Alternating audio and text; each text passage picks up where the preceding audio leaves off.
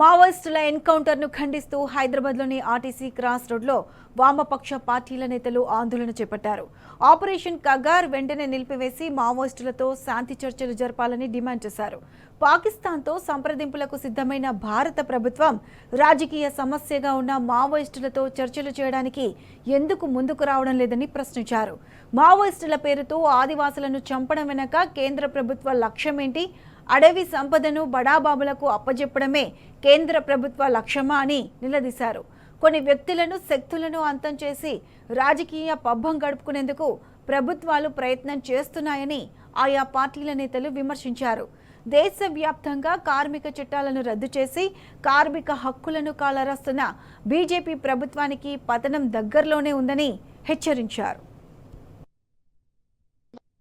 మోడీ ప్రభుత్వం అటవీ సంపదను, ఖనిజ సంపదను, భూములను కేవలం బడాబాబులకు అప్పజెప్పడం కోసమే దీన్ని ఒక శాంతి భద్రతల సమస్యగా చిత్రీకరించి ఫేక్ ఎన్కౌంటర్స్, బూటకపు ఎన్కౌంటర్లు చేస్తూ ఉన్నది.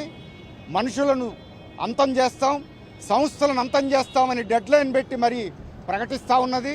ఇలాంటి భయానకమైనటువంటి దాడులను తక్షణమే ఆపాలని డిమాండ్ చేస్తున్నాం. ఈ సందర్భంగా నిన్న ఈరోజు జరుగుతున్నటువంటి ఈ ఫేక్ ఎన్కౌంటర్ల మీద సుప్రీంకోర్టు న్యాయమూర్తితో న్యాయ విచారణ జరిపించాలని కూడా ఈ 10 వామపక్షాల తరఫున మేము డిమాండ్ చేస్తున్నాం. నక్సలైట్లతో చర్చలు జరపాలి అన్న ప్రజావాణిని ఎందుకు పట్టించుకోవటం లేదో ప్రధానమంత్రి నరేంద్ర మోడీ సమాధానం చెప్పాలని డిమాండ్ చేస్తా ఉన్నారు. మరొక వైపున సుప్రీంకోర్టు న్యాయమూర్తితో విచారణ జరిపించాలి.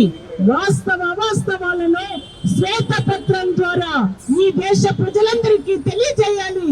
ఎంతమంది నక్సలైట్లను పట్టని పెట్టుకున్నారో, ఎంతమంది గాయపడి హాస్పిటల్లో ఉన్నారో, ఈ రకమైన విషయాలన్నీ కూడా ఈ దేశ ప్రజలకు తెలియజేయాలి అని వామపక్ష పార్టీలుగా డిమాండ్ చేస్తా ఉన్నాం.